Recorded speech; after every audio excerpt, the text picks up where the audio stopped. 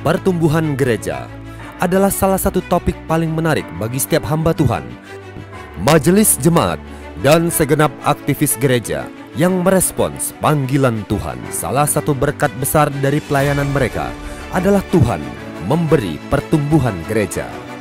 Lalu, bagaimana pertumbuhan gereja di Indonesia? Apa saja yang menjadi faktor-faktor pertumbuhan gereja di Indonesia? Inilah buku hasil temuan Survei Nasional Bilangan Research Center atau BRC yang melibatkan 4.394 responden hamba Tuhan di 33 provinsi di Indonesia. Mencakup 3 aliran, yaitu mainstream, injili, dan pantekosta atau karismatik, baik di kota maupun di desa, dengan judul Kunci Pertumbuhan Gereja di Indonesia. Buku ini mengupas strategi dan kepemimpinan dalam kaitannya dengan pertumbuhan gereja di Indonesia. Adapun variabel yang mempengaruhi pertumbuhan gereja adalah strategi pertumbuhan gereja yang meliputi 1. Proses pemuridan, 2. Keterlibatan jemaat dalam melayani, 3. Investasi dana pekabaran Injil, 4. Alokasi dana pelayanan anak dan remaja, 5. Perintisan jemaat. Dan variabel kepemimpinan yang meliputi 6.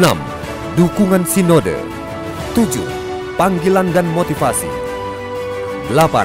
Persepsi tantangan atau berkat pelayanan, dan ke-9. Pendidikan hamba Tuhan.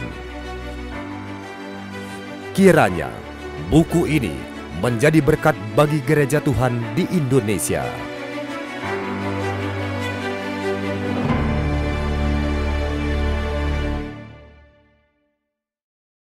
Bapak Ibu semuanya, selamat malam dimanapun Anda berada, baik di Indonesia, mungkin Singapura, Malaysia, atau di luar negeri.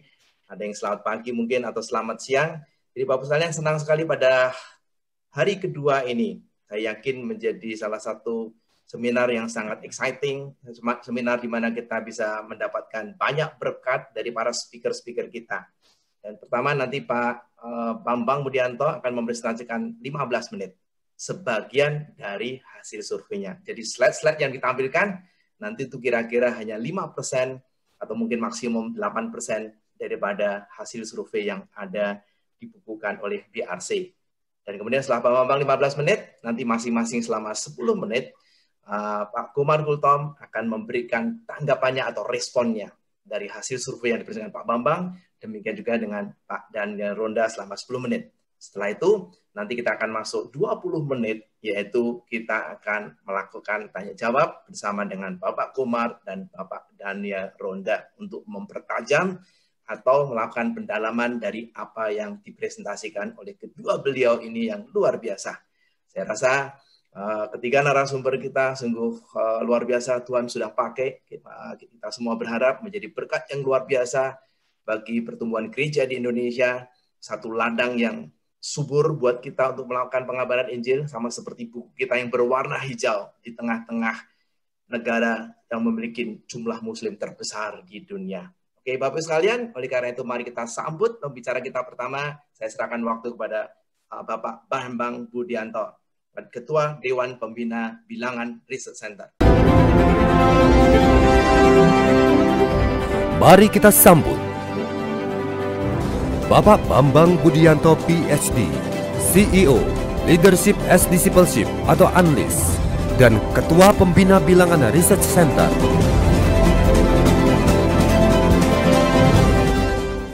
Selamat malam Ibu Bapak dan rekan-rekan pelayanan semua.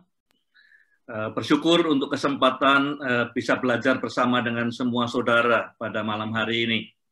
Izinkan saya membuka dengan beberapa hal sebelum menyampaikan slide saya. Saya mewakili PRC, sekali lagi mengucapkan terima kasih kepada semua responden. Ada 4.000 lebih responden yang memungkinkan kita belajar banyak lewat buku ini. Jadi kalau Bapak Ibu responden ada di dalam ruangan ini, terima kasih sekali. Setulus-tulusnya dari PRC. Kedua, terima kasih tentu menyapa Pak Gomar, Pak Daniel, mengizinkan kita untuk duduk bersama dan belajar dari Bapak dan bersama Bapak. Nah, penelitian yang dikerjakan 2 tahun yang lalu itu datanya banyak sekali, informasinya banyak, dan temuannya juga banyak. Tidak hanya soal pertumbuhan gereja, ada soal toleransi, ada soal kegiatan sosial gereja, ada soal gereja dan digital, macam-macam. Ya. Tapi dengan adanya pandemik 9 bulan terakhir, beberapa di antaranya tidak relevan lagi karena perubahan yang begitu cepat. Jadi kita ambil dalam buku yang pertama ini, dari hasil penelitian itu, moga-moga nanti ada buku-buku yang lain dari Pak Andi, tapi yang pertama adalah soal pertumbuhan gereja. Banyak variabel soal pertumbuhan gereja, kita pilih-pilih juga, tidak semua kita ambil. Kita hanya ambil 5 atau 6 variabel strategi. Di antara sekian banyak, yang pertama jelas korelasinya, yang kedua praktikal untuk bisa di follow up.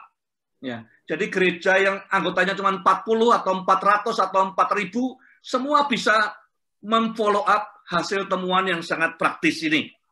Jadi saya ingin, dan Pak Andi sudah katakan bahwa beberapa slide yang saya sampaikan hari ini mungkin hanya mewakili sekitar 5% dari semua slide yang ada di buku.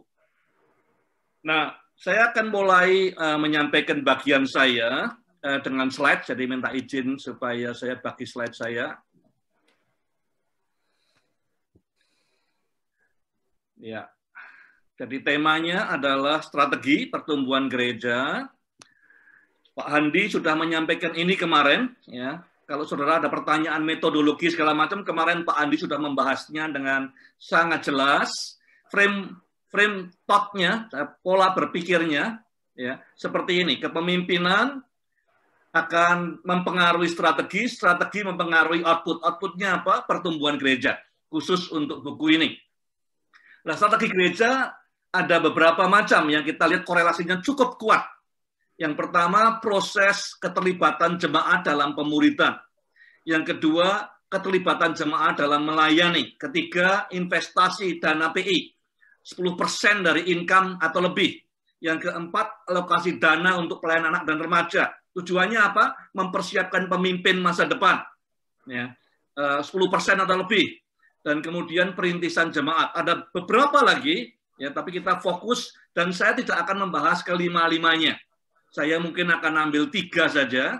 Jadi saya akan membahas di slide berikutnya. Kalau saudara punya bukunya, itu bab 3, 4, dan 5. Ya. Saya ingin juga meyakinkan saudara bahwa buku ini simple, walaupun statistik semua, tapi simple untuk di follow up. Sehingga saudara mau memberi hadiah pendeta di desa, pendeta yang gerejanya kecil, besar, semua bisa memahami dengan mudah. Itu harapan kami. Ini slide tentang overall growth, pertumbuhan secara utuh, ngelihat dari jemaat dewasa, jemaat pemuda, dan jemaat anak. Ada 3 kelompok kita kelompokkan. Anak itu di bawah 15 tahun, yang namanya pemuda itu mulai 15 sampai 24, dan yang dewasa itu 24 ke atas. Kalau kita lihat di sini, yang pertumbuhannya paling bagus di Indonesia itu jemaat anak. Ya, dibandingkan yang remaja dan dibandingkan dengan dewasa. Nah, kita bagi juga pertumbuhan dalam 3 kategori. Ada yang warnanya purple, itu yang pertumbuhannya cepat. Cepat itu artinya lebih dari 8% setahun. Karena kita lihat di Amerika yang namanya gereja bertumbuh dengan pesat itu antara 5-12%, tengahnya 8%, jadi kita pakai 8%, pertumbuhannya pesat. Ya, lihat saja di dewasa cuma 24,5. Di remajanya 38,4. Dan di anak-anaknya hampir separuhnya bertumbuh dengan cepat. Lebih dari 8% setahun. Kemudian yang warna orange itu yang tidak bertumbuh atau bertumbuh di bawah atau sama dengan 1,3% per tahun. Kenapa 1,3? Karena pertumbuhan penduduk Indonesia dari 2007 sampai 2017 adalah 1,3%. Jadi kalau gereja bertumbuhnya hanya 1,3 atau di bawah itu, artinya tidak bertumbuh atau bahkan berkurang. Gereja yang bertumbuhnya antara 1,3 sampai 8%, kita anggap bertumbuh dengan skala menengah atau kecil. Jadi yang penting beritanya adalah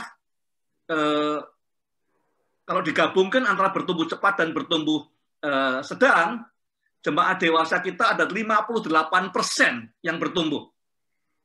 Kalau digabungkan anak, remaja, dewasa di rata-rata, yang bertumbuh di Indonesia ada lebih dari 60%. Lah itu lebih bagus atau berbalik dengan data di Amerika. Belum lama ini, 2 tahun yang lalu, ada riset di Amerika dikerjakan dengan 1.000 pendeta, dan mendapati bahwa di Amerika gereja yang bertumbuh lebih dari 1,6% itu jumlahnya hanya 40%. Kita 60%. Jadi pertumbuhan di Indonesia dan mungkin dibanding negara lain, kita punya aset yang luar biasa. Tuhan mengasihi bangsa ini dan gereja masih bertumbuh dengan lebih baik dibanding dengan Amerika. Kalau ini kita bagi per koridor, per wilayah di Indonesia, kita lihat yang paling banyak pertumbuhannya, nih jemaat dewasa, ada di Nusa Tenggara. Nusa Tenggara itu Bali dan NTT. Ya, Bali dan NTT, hanya satu gereja di NTB yang ikut, jadi kita NTT dan Bali pertumbuhannya paling tinggi. Yang paling rendah pertumbuhannya, persentase gereja yang bertumbuh, di Jawa, di luar Jabodetabek, tapi di Jawa.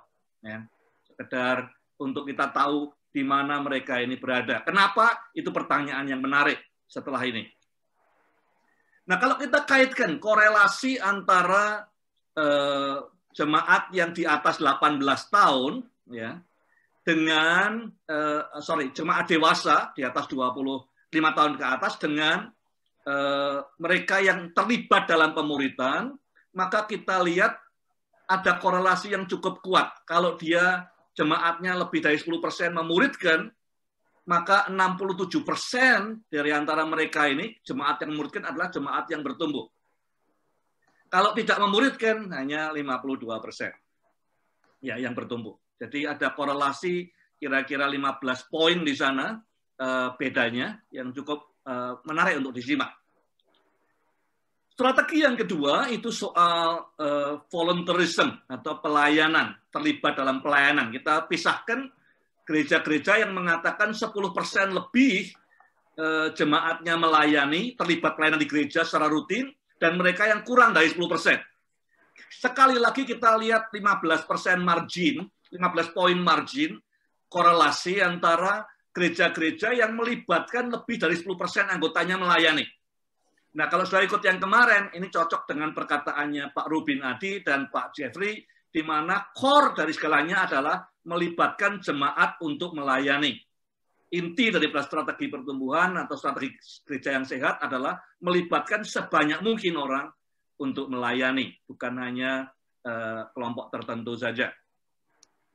Yang berikut tentang, tadi saya dengar sebelum acara ini Pak Gomar menyinggung soal acara tahun 99 berdirinya JPAB, ketemu di sana, jaringan peduli anak bangsa.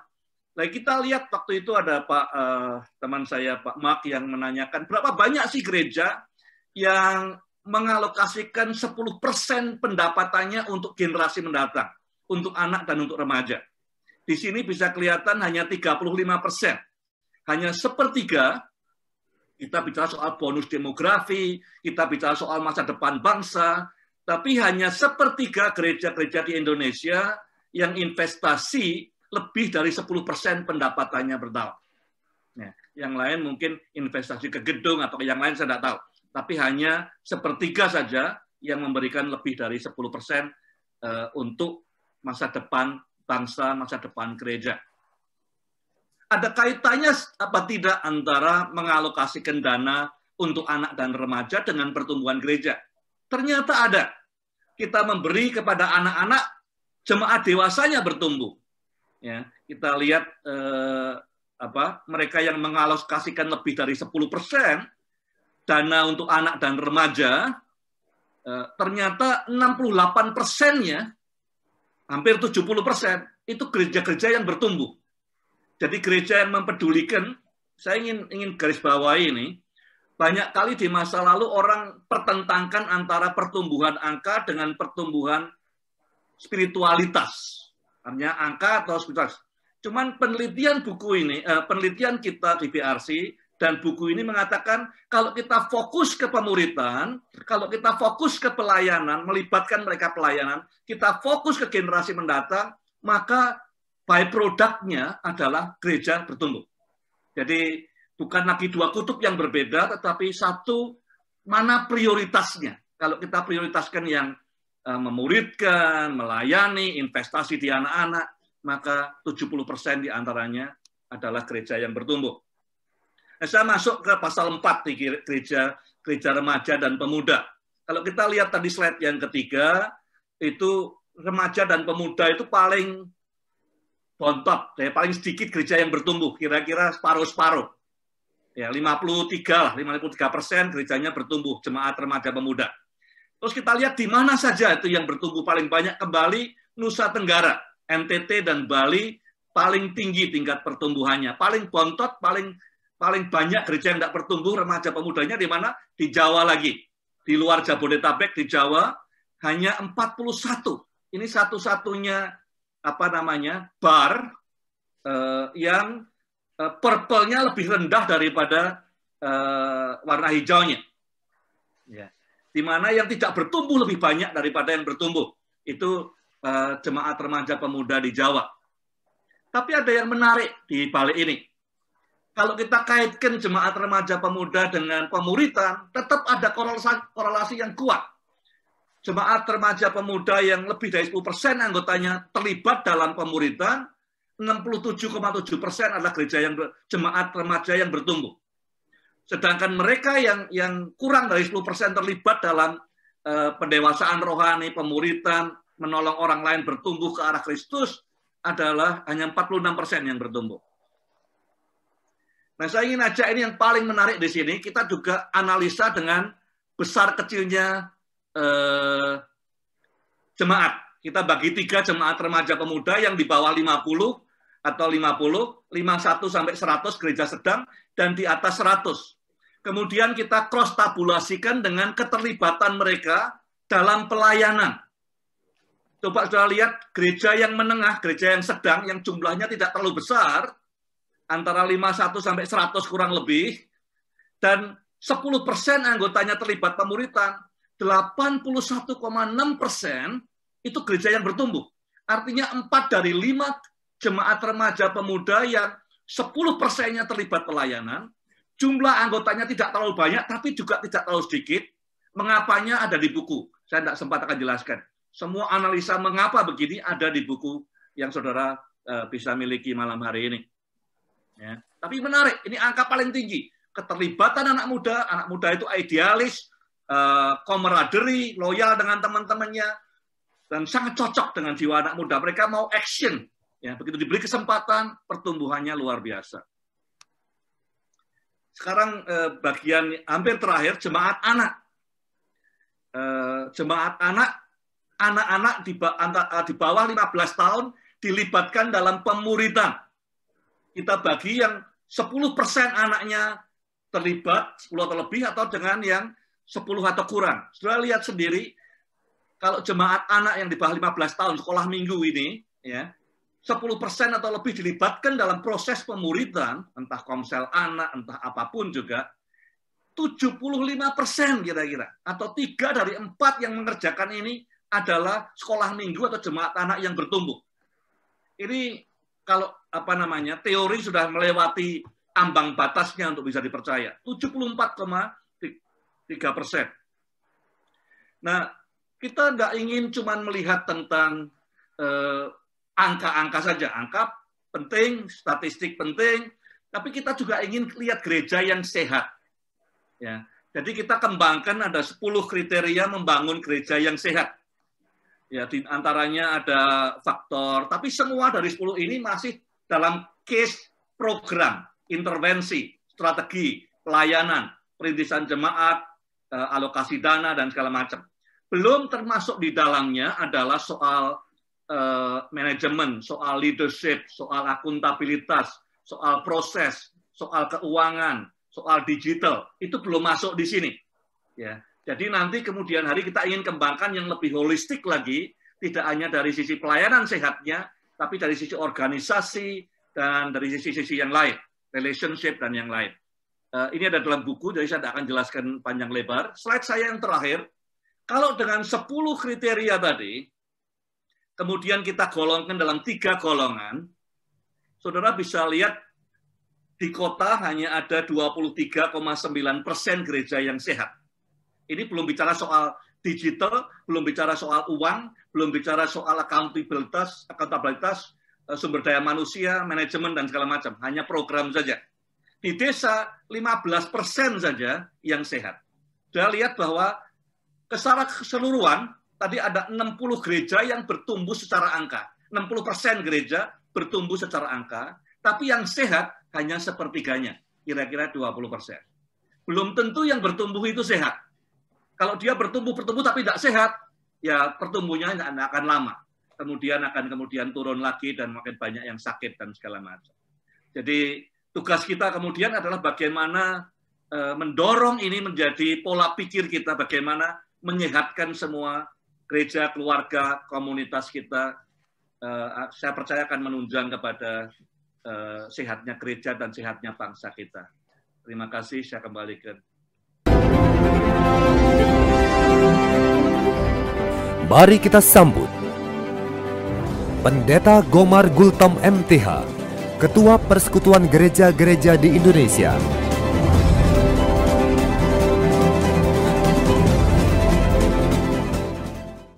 Selamat malam, Bapak Ibu sekalian. Terima kasih Pak Bambang atas presentasinya.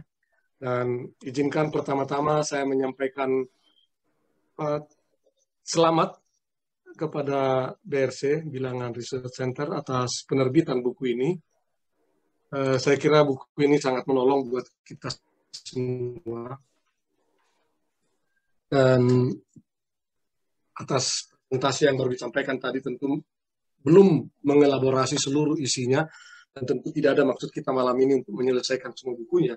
Kalau demikian nanti bukunya jadi tidak dibaca oleh teman-teman semua sekalian. Oleh karenanya mungkin kita hanya akan melihat di bagian-bagian yang rasa perlu mendapat penekanan. Saya kira gereja-gereja di Indonesia layak dan sepatutnya menyampaikan terima kasih kepada BRC, karena melalui temuan-temuan ini, melalui penelitian ini, buku ini, kita semua bisa berkaca. Tadi Pak Bambang sudah mengungkapkan di mana titik-titik lemah kita dan di mana kita sesungguhnya bisa bertumbuh lebih cepat. Ini semacam otokritik juga kalau membaca buku ini. Asal saja kita semua dengan lapang dada menerimanya dan tidak ada yang merasa dihakimi. Ini saya kira jauh lah.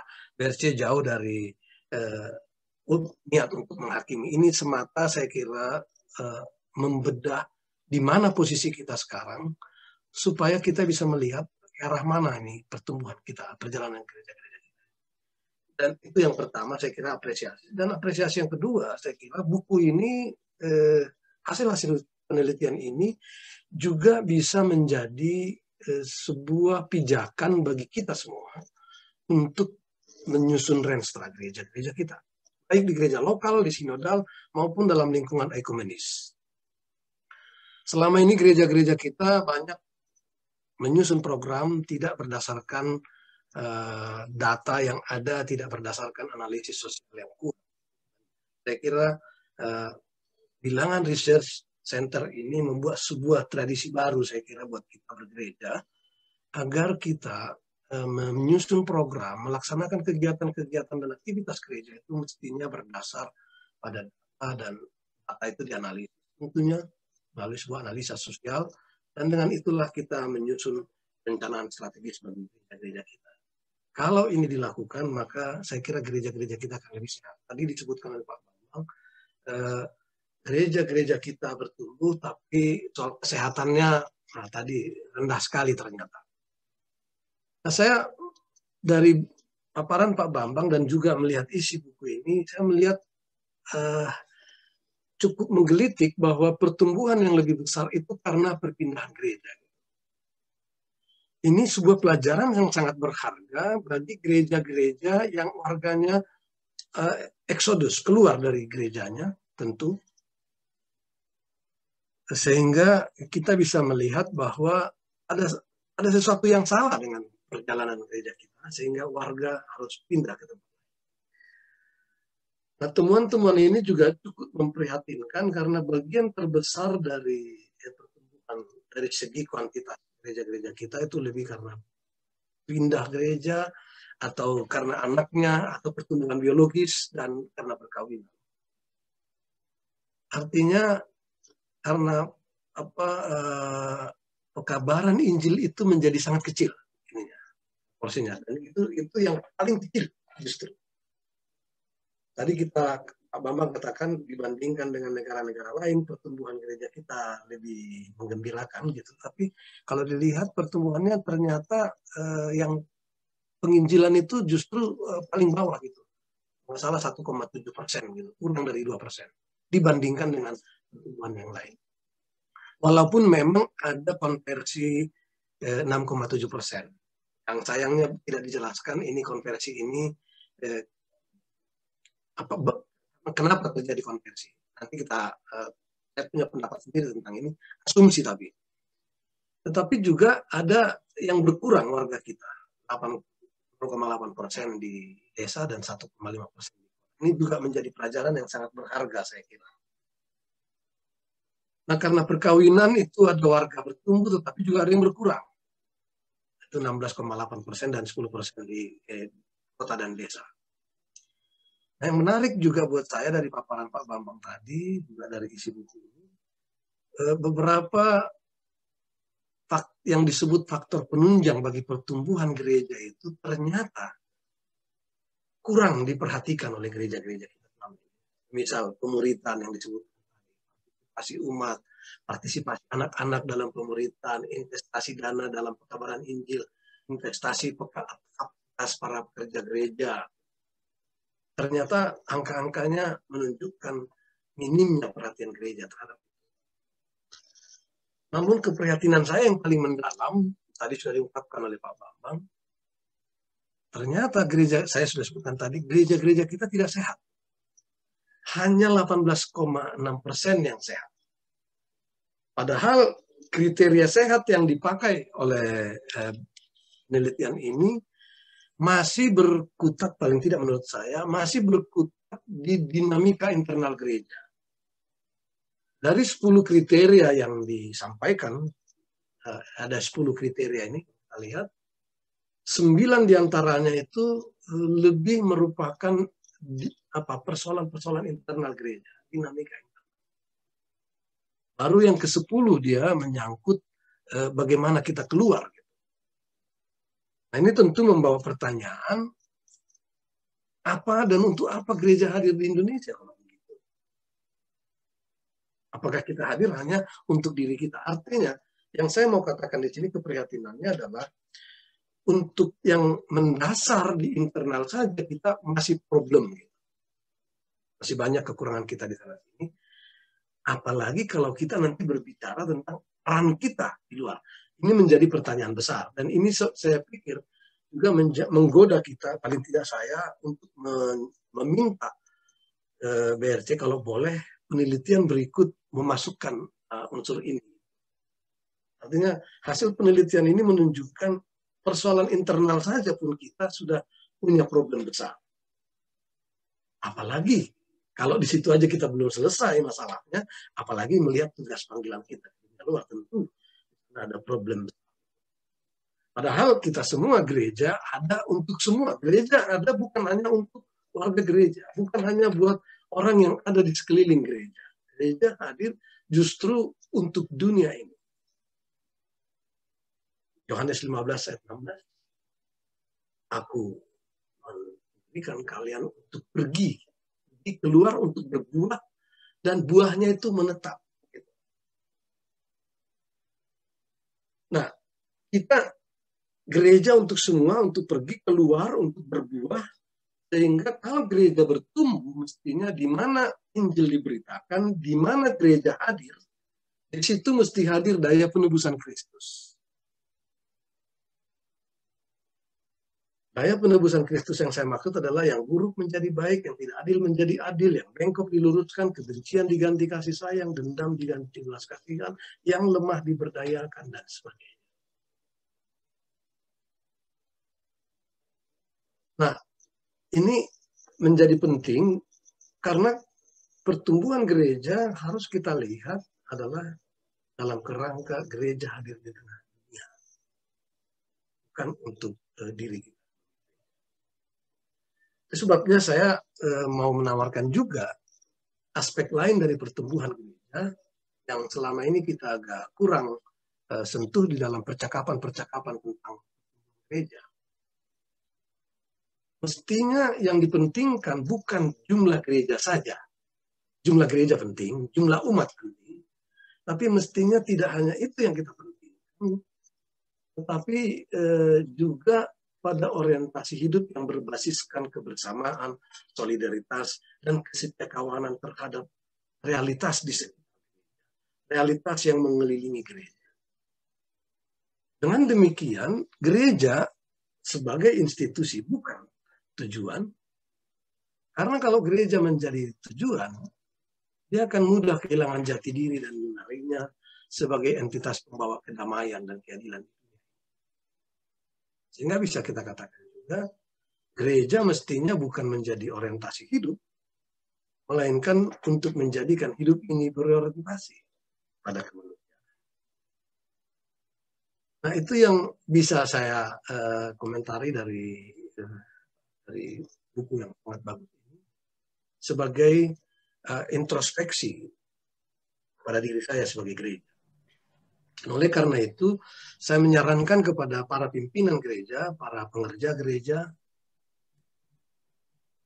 untuk menindaklanjuti hasil-hasil penelitian ini yang sangat berharga ini, yang sangat banyak mestinya menohok kita, mengkritik kita, agar temuan-temuan yang ada itu perlu masuk dalam agenda gereja.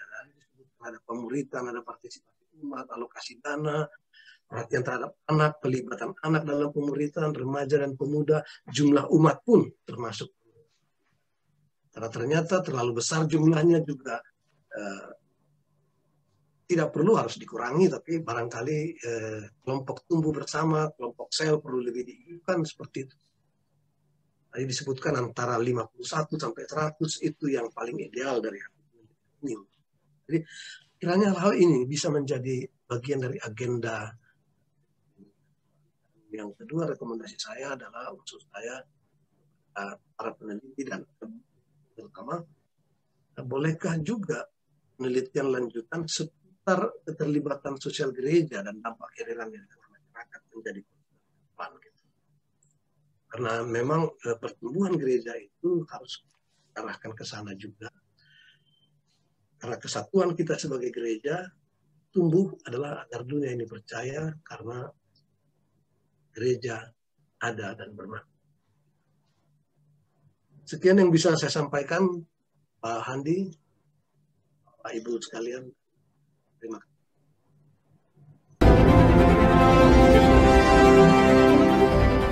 Mari kita sambut Pendeta Dr. Daniel Ronda, Ketua Sinode Gereja Kemah Injil Indonesia.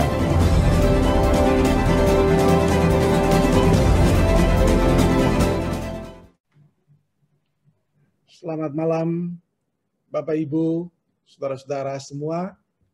Terima kasih atas kesempatan yang diberikan kepada saya untuk meresponi hasil survei dari buku yang sangat luar biasa.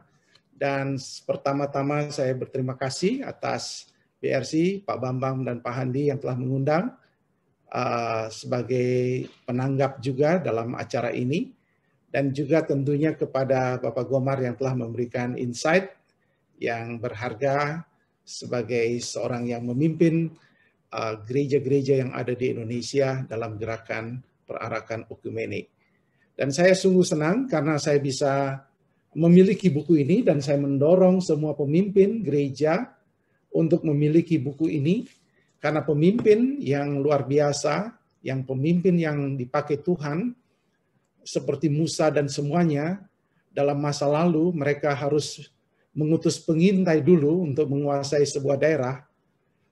Dan kita perlu juga memiliki mata-mata, yaitu hasil survei, untuk kita menjadi lebih efektif. Dan sebagai seorang dosen juga, pengajar di STT bidang kepemimpinan dan pengembalaan, dan berhubungan dengan pertumbuhan gereja, sangat sungguh mendorong kita semua memiliki buku ini.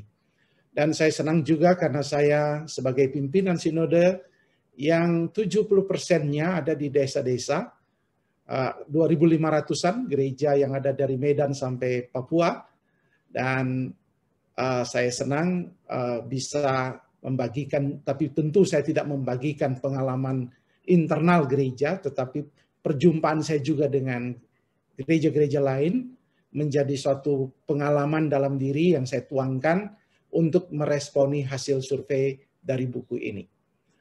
Bapak Ibu yang kekasih, setelah membaca hasil survei dan analisis yang dilakukan tentang menemukan faktor pendorong pertumbuhan gereja di Indonesia, maka saya ingin memberikan refleksi dan mungkin sedikit solusi dalam 10 menit ini, bagaimana kita menjadi gereja yang sehat dan kemudian berdampak pada pertumbuhan. Mari kita melihat dari masalah yang terjadi dalam pengalaman sebagai pemimpin gereja.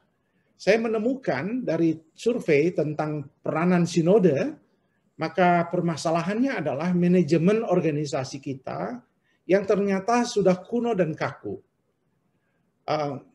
Saya ingin menjelaskan sedikit saja di waktu yang terbatas ini.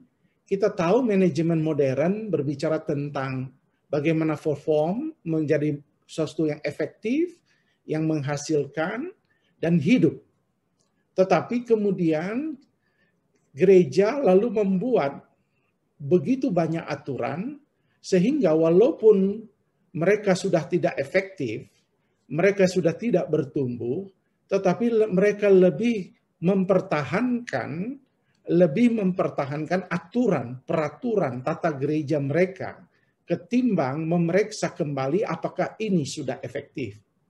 Dan mereka rela mengorbankan waktu mereka berjam-jam, berhari-hari untuk memperdebatkan sesuatu aturan-aturan yang begitu kaku dan birokratis, dan mereka lupa bahwa semua itu sudah tidak efektif lagi. Tentu kita bisa elaborasi lebih jauh dan lebih banyak lagi nanti.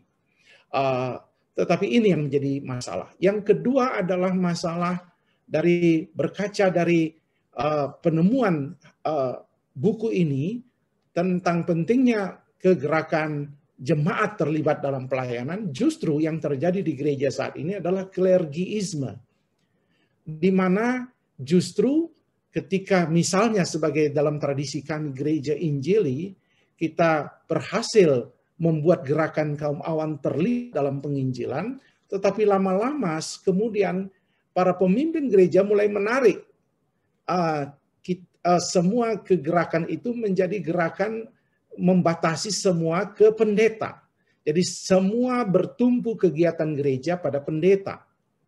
Dan akhirnya saya mendengar seringkali ketika saya bepergian kemana-mana, mendengar istilah pendeta urusannya di gereja memberikan makanan rohani, kami majelis hanya untuk pelayanan meja di Kisah Para Rasul pasal 6, padahal mereka tidak membaca seluruh Kisah Para Rasul, yang mengerti bahwa itu kegerakan pelayanan kaum awam.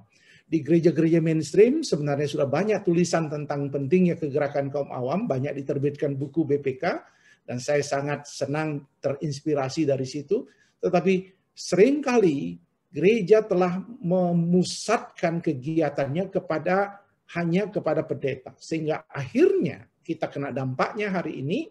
Banyak gereja-gereja di desa, di daerah, dan di berbagai tempat mengandalkan pendeta dan sekelompok kecil elit untuk melayani dan melakukan semua pelayanan gereja di gereja. Dan akhirnya kita menemukan hasil di survei ini bagaimana gereja tidak mengalami pertumbuhan. Kemudian yang ketiga yang saya melihat adalah gereja yang berfokus kepada pembangunan fisik, bahkan bergaya tanda petik Eropa.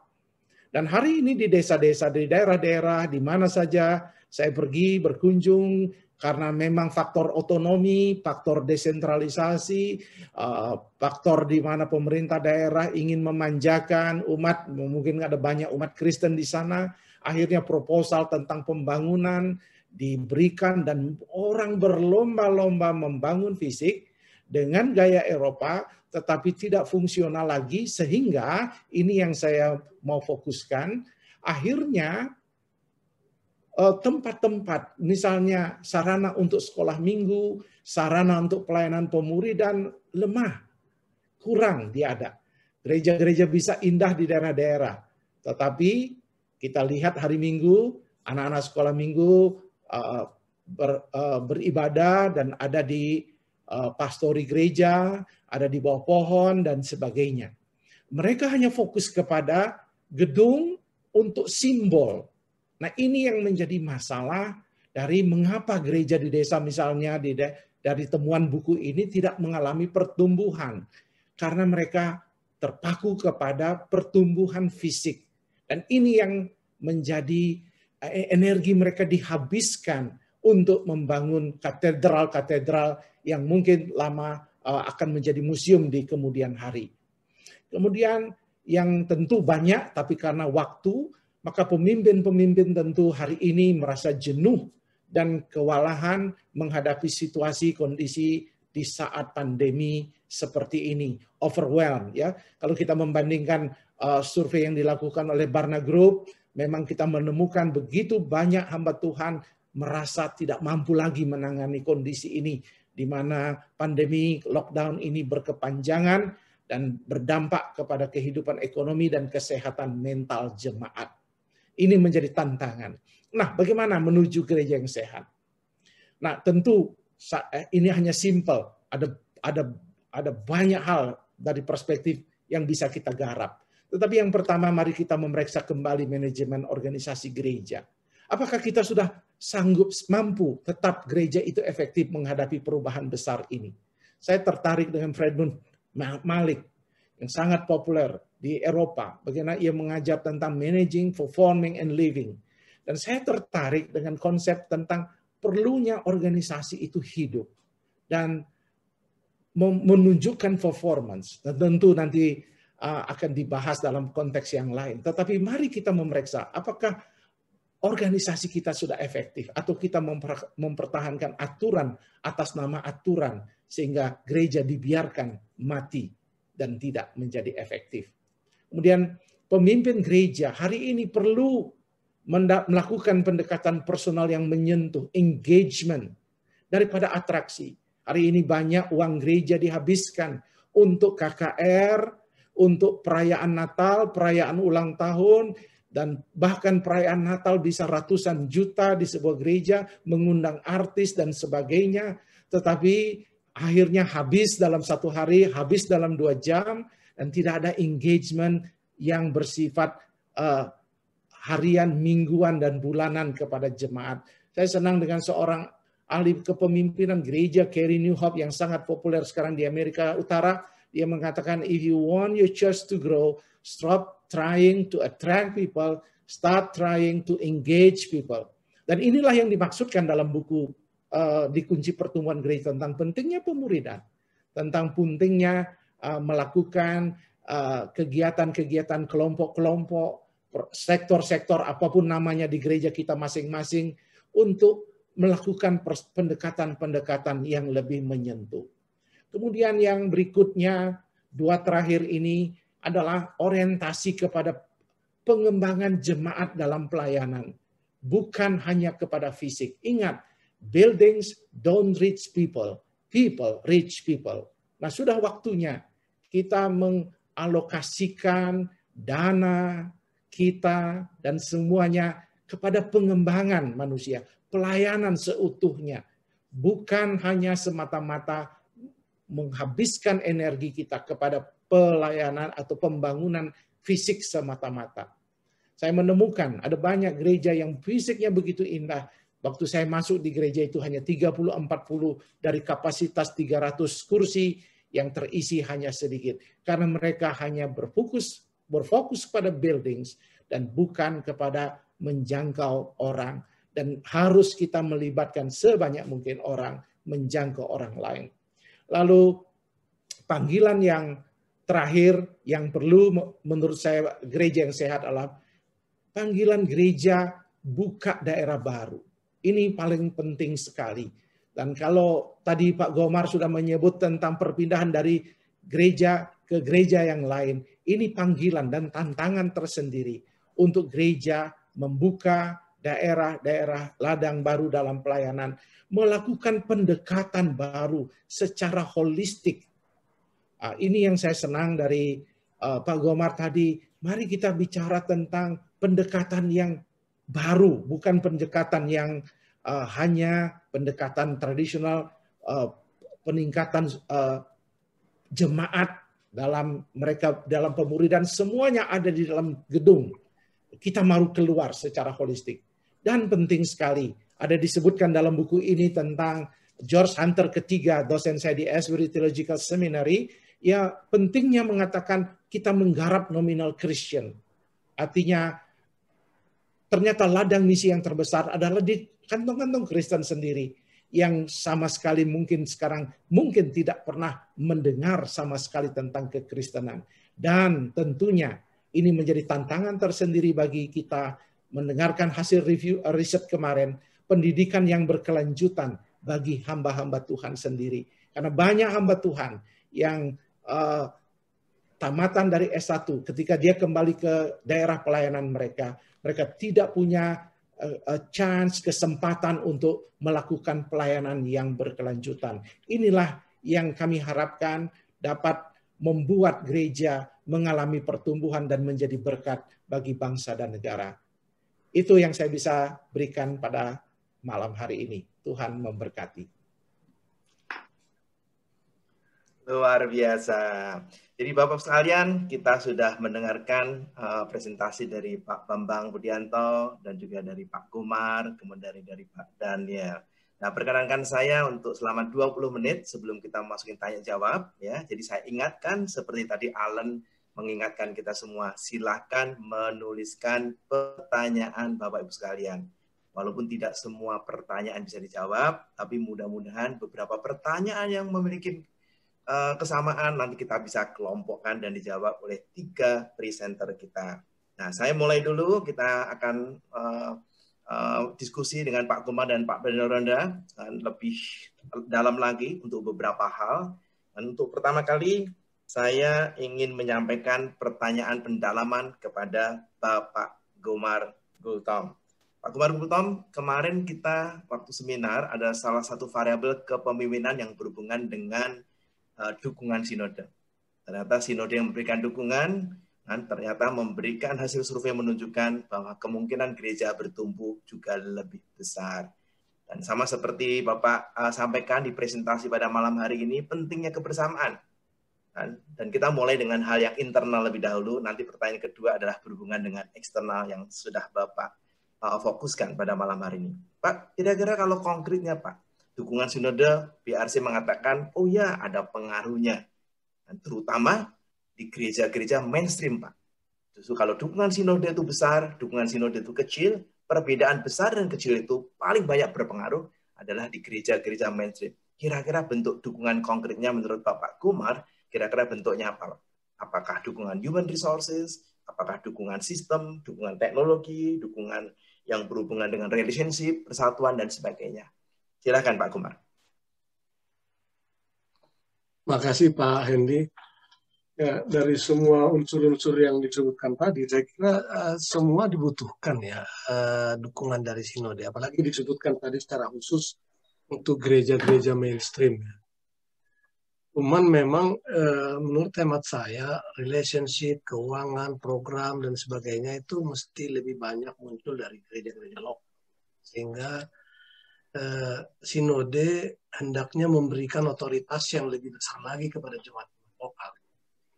Kecenderungan di gereja-gereja mainstream, terutama yang episkopal sinodal itu, memang semuanya bertumpu di sinode. Dan itu sangat melemahkan dalam kerangka pertumbuhan. Dunia digital sekarang ini mengajarkan kepada kita bahwa kekuasaan pusat informasi itu nggak bisa lagi pusat-pusat birokrasi. Sekarang terdistribusi kepada pemegang gadget. Jadi jangan bermimpi lagi kantor-kantor sinode akan menjadi pusat perhatian, akan menjadi pusat informasi, bahkan juga akan menjadi pusat pengajaran. Semua sekarang terdistribusi. Dunia digital ini mengajarkan itu. Oleh karena itu, menurut saya gereja-gereja sinode yang masih menerapkan secara ketat dan kaku episkopal sinodal akan makin sulit berhadapan dengan perkembangan masyarakat yang sedang bergerak dalam proses demokratisasi sekarang. Saya menyaksikan gereja-gereja di Korea misalnya, di mana program-program kesaksian dan pekabaran, peran sosial gereja dan lain-lain itu bertumpu justru di jemaat lokal. Di Indonesia ini sekarang ada lebih 500-an evangelis dari Korea. Sekitar lebih dari 500 orang evangelis dari Korea. Dan mereka itu tidak diutus oleh sinode. Mereka itu diutus oleh jemaat lokal.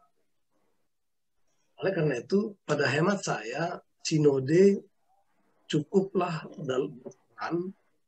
dalam fasilitasi dan motivasi. Tentu human resources dalam artian pemimpin-pemimpin. Oleh karena saya selalu mengingatkan sentralisasi visi oke di sini, tapi harus ada desentralisasi misi. Sekali lagi sentralisasi visi, gereja saya yang HKBP akan sulit menerima ini, tapi kalau tidak berubah akan ditinggal, dan tanda-tanda ke arah itu sudah terlihat. Saya melihat justru buku ini, hasil penelitian ini makin mendukung itu, mendukung pernyataan. Makanya harus berubah ke arah yang lebih partisipatif, yang lebih demokratis. Saya kira itu pandangan saya, Pak Andi. Mungkin baik, terima kasih banyak Pak Komar. Luar biasa. Jadi Bapak sekalian, dukungan sinode itu penting, tapi terutama dalam konteks visi. Kan? Mengingatkan akan calling mereka. Tapi dalam jangka panjang, setiap gereja-gereja lokal perlu adanya empowerment dan juga desentralisasi. Dan inilah bagaimana juga sinode-sinode bisa memberikan pergerakan arah ke sana. Pak Daniel sekarang, Pak Daniel. Pak Daniel tadi salah satu keyword yang menarik pada malam hari ini adalah birokrasi. Itu merupakan penghambat. Karena merupakan esensi daripada manajemen gereja yang profesional adalah anti birokrasi. Memang kenyataan hari ini banyak anak muda dengan melakukan startup yang menghilangkan begitu banyak birokrasi, tiba-tiba juga bertumbuh sama seperti dunia startup sekarang. Mereka anti birokrasi. Pak, biasanya kalau gereja itu Bapak, kan, mereka meeting, investasi untuk beli, investasi untuk media sosial, untuk beli LED saja, bisa seminggu, bisa sebulan Pak, bisa 3 bulan baru di-approve tuh Pak, meeting majelisnya. Ongkos untuk ngasih makan majelis dan hamba Tuhan dan biaya meetingnya lebih mahal daripada biaya laptop dan LED-nya. Nah, sekarang Pak, tadi Pak Bambang mengatakan ada beberapa variabel yang penting, yaitu adalah dana, mengenai dana pengabaran Injil, investasi anak dan remaja. Pengalaman Bapak dengan 2.500 gereja di seluruh Indonesia kira-kira seperti apa Pak? Bagaimana mengatasi birokrasi dalam konteks keputusan perintisan gereja, dana PI, dan kemudian juga investasi untuk anak dan remaja. Silakan Pak Daniel. Baik, saya memang melihat setelah saya lama di dunia pendidikan, 26 tahun di dunia pendidikan teologi, dan saya baru 4 tahun di gereja dan baru belajar, dan memang menemukan begitu besar hambatan. Dan saya sangat setuju bahwa hari ini gereja-gereja lokal lah yang harus kita perkuat. Kita harus ke sana untuk memperkuat mereka. Nah, dalam konteks hubungan dengan dana, misi, dan sebagainya, kami menemukan justru support mereka untuk pelayanan. Kami memiliki pelayanan penanaman gereja dan support mission ke luar negeri, baik pelayanan diaspora ke Hong Kong, Taiwan, maupun ke Myanmar dan sebagainya. Memang jemaat-jemaat lokal ternyata memiliki kekuatan yang luar biasa. Dan itulah yang kita sekarang, bagi saya dalam 4 tahun kepemimpinan ini, saya mengubah sistem semua ke pusat, tapi sekarang ke memberdayakan jemaat lokal. Dan begitu pula dengan gereja yang pelayanan anak dan remaja. Kalau terus dapat komando, lama sekali visi itu tiba di bawah dan lama sekali terjadi pergerakan. Sekarang kami membuat semacam pergerakan ke jemaat-jemaat lokal tentang gerakan ramah anak. Gereja ramah anak maksudnya. Gereja ramah anak inilah yang kita kerjakan ini dan telah diresponi dan memang sempat mati ketika kami sempat terhenti gara-gara pandemik, tetapi kita berpindah ke Zoom webinar, tetapi gereja ramah anak ini menjadi kemudian fokus kita dan menjadi mulai timbul kesadaran. Karena seperti yang saya katakan tadi, ketika kita melihat mau bicara pelayanan anak yang bermutu, tetapi ketika majelis fokus kepada gedung gereja gaya Eropa, tidak ada sempat untuk membangun fasilitas gedung sekolah minggu, sama sekali tidak ada, terpaksa di bawah pohon mereka. Padahal di pedalaman, di tempat kami ada satu gereja yang memiliki anak sampai 1.000-2.000.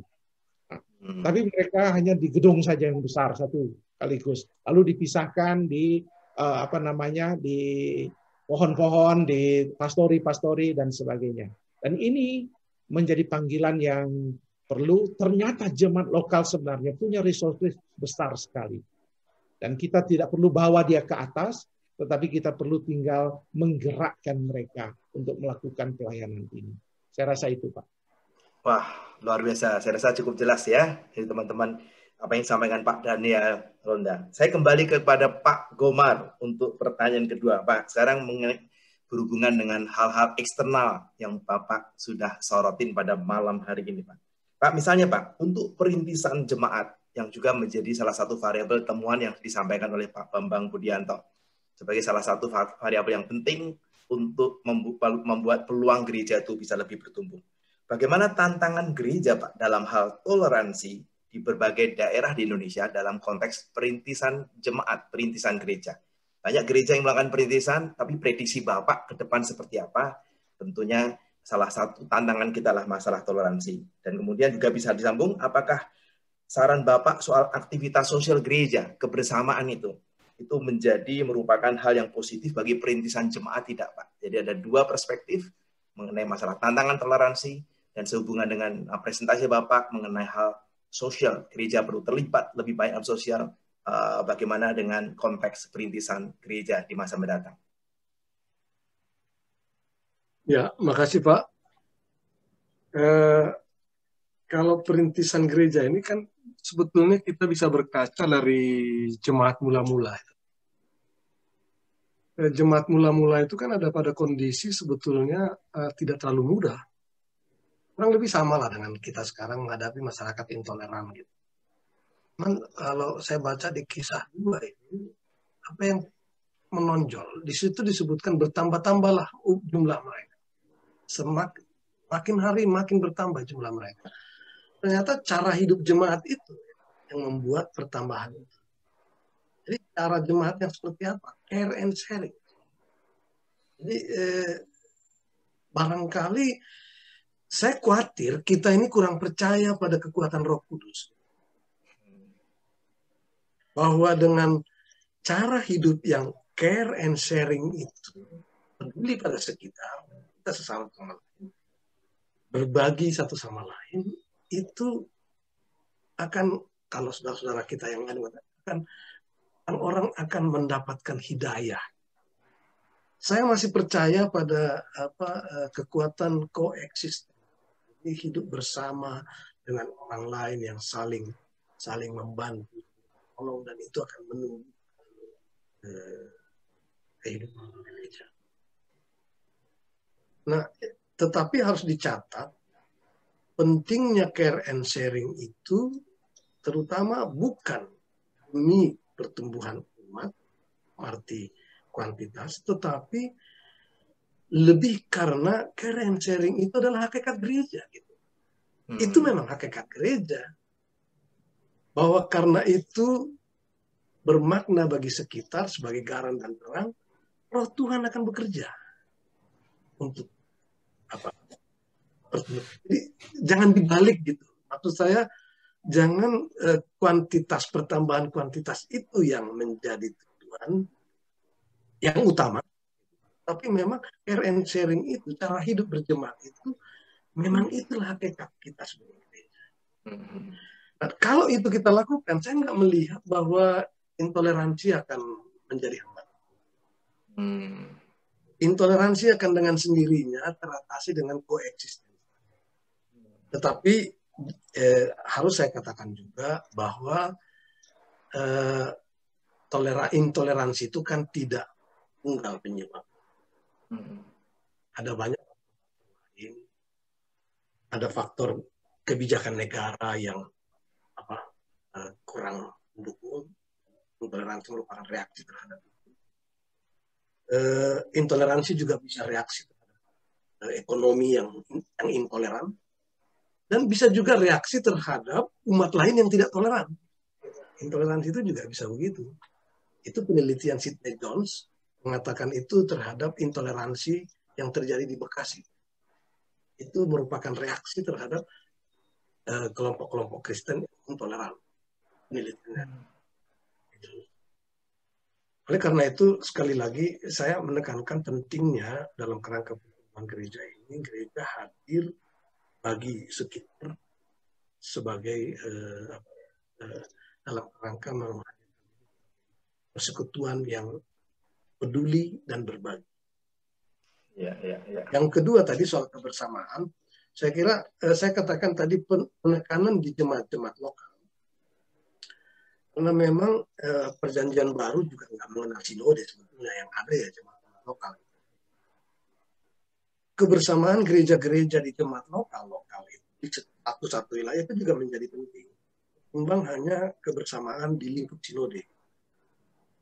Jadi dikotomi ekumenikal atau mainstream dengan pentakostal dengan evangelikal nggak relevan lagi sekarang. So gereja yang benar itu harus ekumenikal, harus pentakostal, harus evangelikal sekaligus. Kalau hanya salah satu dia nggak benar tuh gereja. Kan gereja harus evangelikal, harus memberitakan Injil. Harus pentakostal, harus mengandalkan Roh Kudus. Ya harus ekumenikal, harus bersatu. Kebersamaan itu menjadi penting dan Yesus mendoakan itu dalam Yohanes 17 supaya mereka menjadi satu agar dunia percaya. Gitu. Jadi kalau kita nggak bersatu, ya jangan harap gitu. Saya kira itu strategi yang bisa kita tempuh. Baik, Pak Gomar, luar biasa. Ayo semua audiens, kita kasih tanda emoletik tepuk tangan nih. Jadi caring and sharing. Sebenarnya Anda tidak perlu memikirkan bagaimana gereja itu nanti bertumbuh seperti apapun, perintisan jemaat, perintisan gereja. Tapi hakikatnya kalau kita memiliki hati yang caring and sharing. Dan Tuhan juga yang memberikan pertumbuhan ya. Dan bahkan intoleransi itu sendiri pun nanti bisa terkikis oleh karena sifat-sifat Kristus yang terlihat dari para hamba-hambanya. Ibu sekalian, saya masih menunggu juga pertanyaan-pertanyaan, silahkan ditulis. Seperti tadi panitia mengingatkan, satu pertanyaan sebelum kita masuk Q&A kepada Pak Daniel. Pak Daniel, nah tadi ada satu kata yang menarik dari Pak Daniel adalah engagement. Nah, tentunya juga sangat inline sekali dengan penelitian daripada PRC, bahwa variabel proses pemuritan dan juga jemaat yang melayani adalah dua variabel yang sangat penting untuk membuat pertumbuhan gereja, Pak. Nah, dalam konteks dengan manajemen, Pak, kira-kira manajemen pemuritan yang efektif yang bisa menghasilkan engagement itu kira-kira seperti apa? Bapak bisa memberikan contoh-contoh praktis sebagai ketua sinodenya, Pak. Baik, terima kasih Pak Andi. Saya menjawab secara singkat, mungkin teman-teman sudah mau bertanya. Tapi saya senang karena engagement itu penting sekali karena memang dalam disrupsi teknologi sekarang seperti ini, kita terdiskoneksi satu dengan yang lain. Dan memang pemuridan dengan bentuk-bentuknya sesuai DNA gereja masing-masing.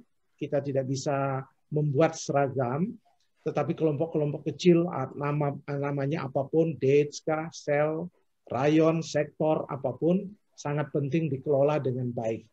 Memang manajemen pengelolaan ini perlu dikelola secara bersama-sama, jangan diserahkan kepada pendeta saja karena dia kewalahan. Sebagai gembala menyiapkan materi pun dia kewalahan dengan kesibukan yang begitu luar biasa, tapi perlu ditata, dikelola dengan begitu rupa, sehingga bahkan hari ini saya lihat ada gereja, termasuk Pak Pak Jeffrey Rahmat kemarin, ada aplikasi untuk aplikasi di Google atau untuk mereka bersekutu dalam dance.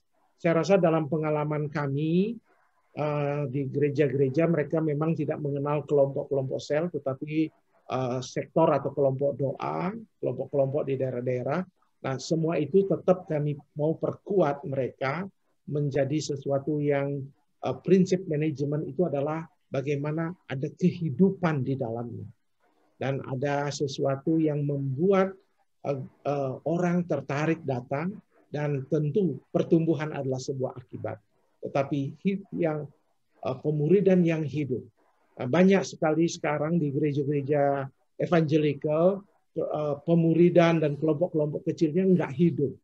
Karena materinya begitu berat, dan tidak membuat orang engage ya dengan materi-materi yang ada. Ini menjadi tantangan tentunya bagi para pemimpin gereja sinode dan juga gereja lokal untuk mencari materi-materi yang relevan dan connecting, membuat perhatian, care, dan satu kepada yang lain. Saya rasa itu, Pak. Baik, terima kasih Bapak sekalian. Teman-teman semua, kita sudah mendengarkan presentasi dari Pak Bambang dan juga presentasi dari Pak Gomar dan Pak Daniel beserta dengan pertanyaan tadi.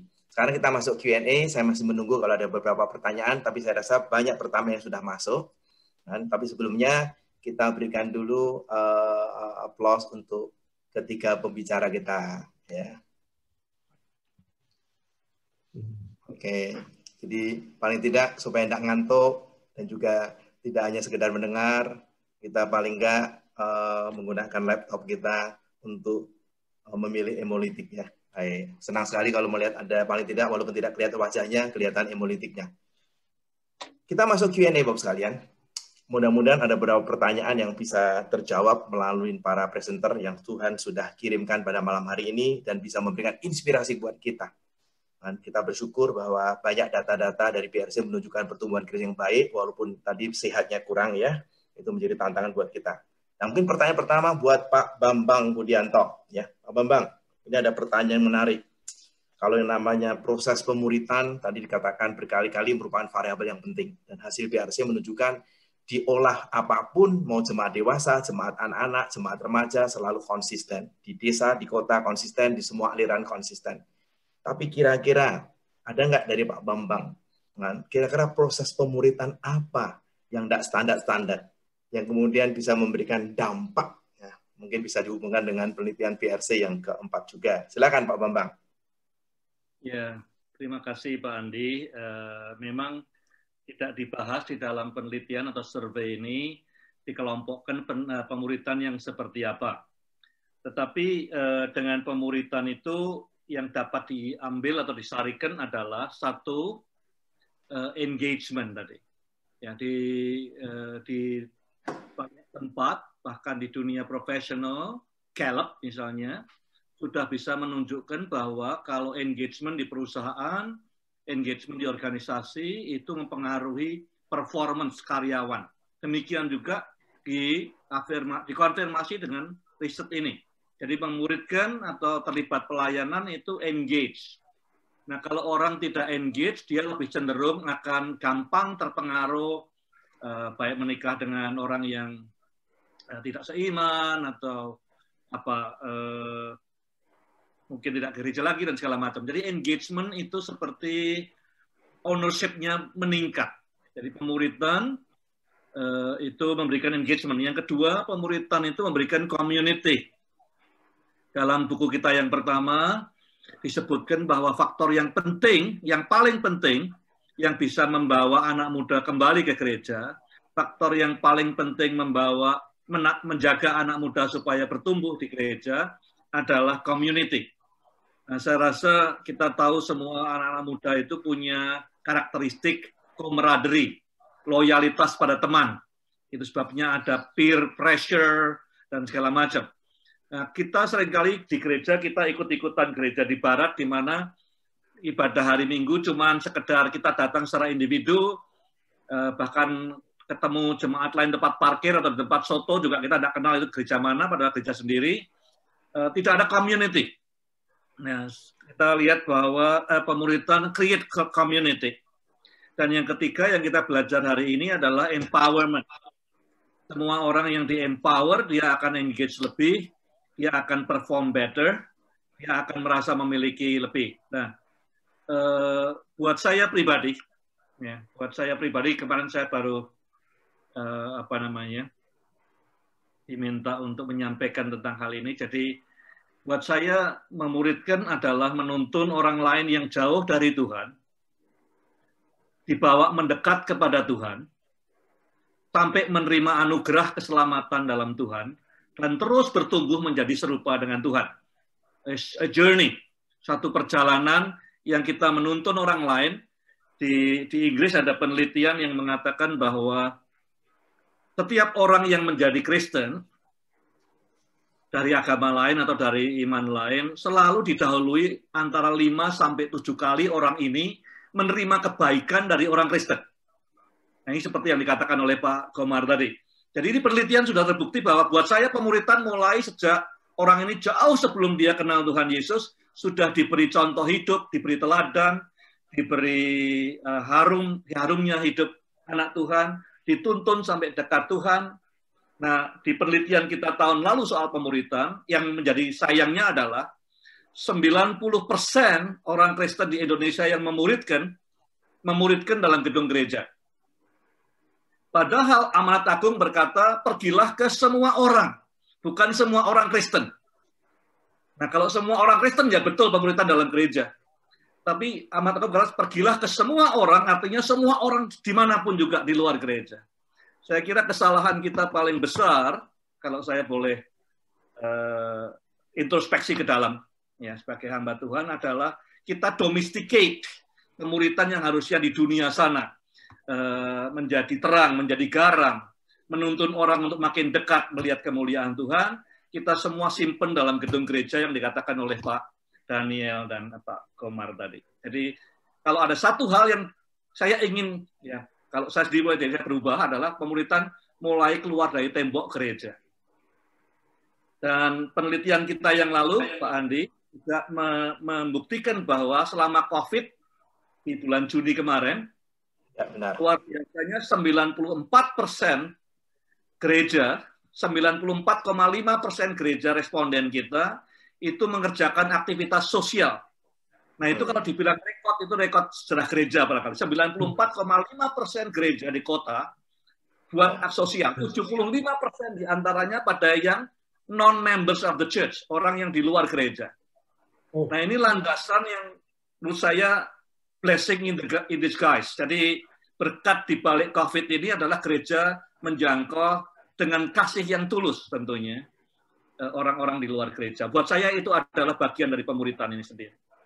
Baik, sangat melengkapi ya tadi Pak Bambang dan juga apa yang sudah disampaikan oleh Pak Daniel yang mengatakan materi pemuritan, dan Pak Daniel memberikan wawasan perspektif yang lain, sehingga mudah-mudahan beberapa pertanyaan serupa yang cukup banyak ini sudah terjawab juga oleh Pak Daniel dan Pak Bambang.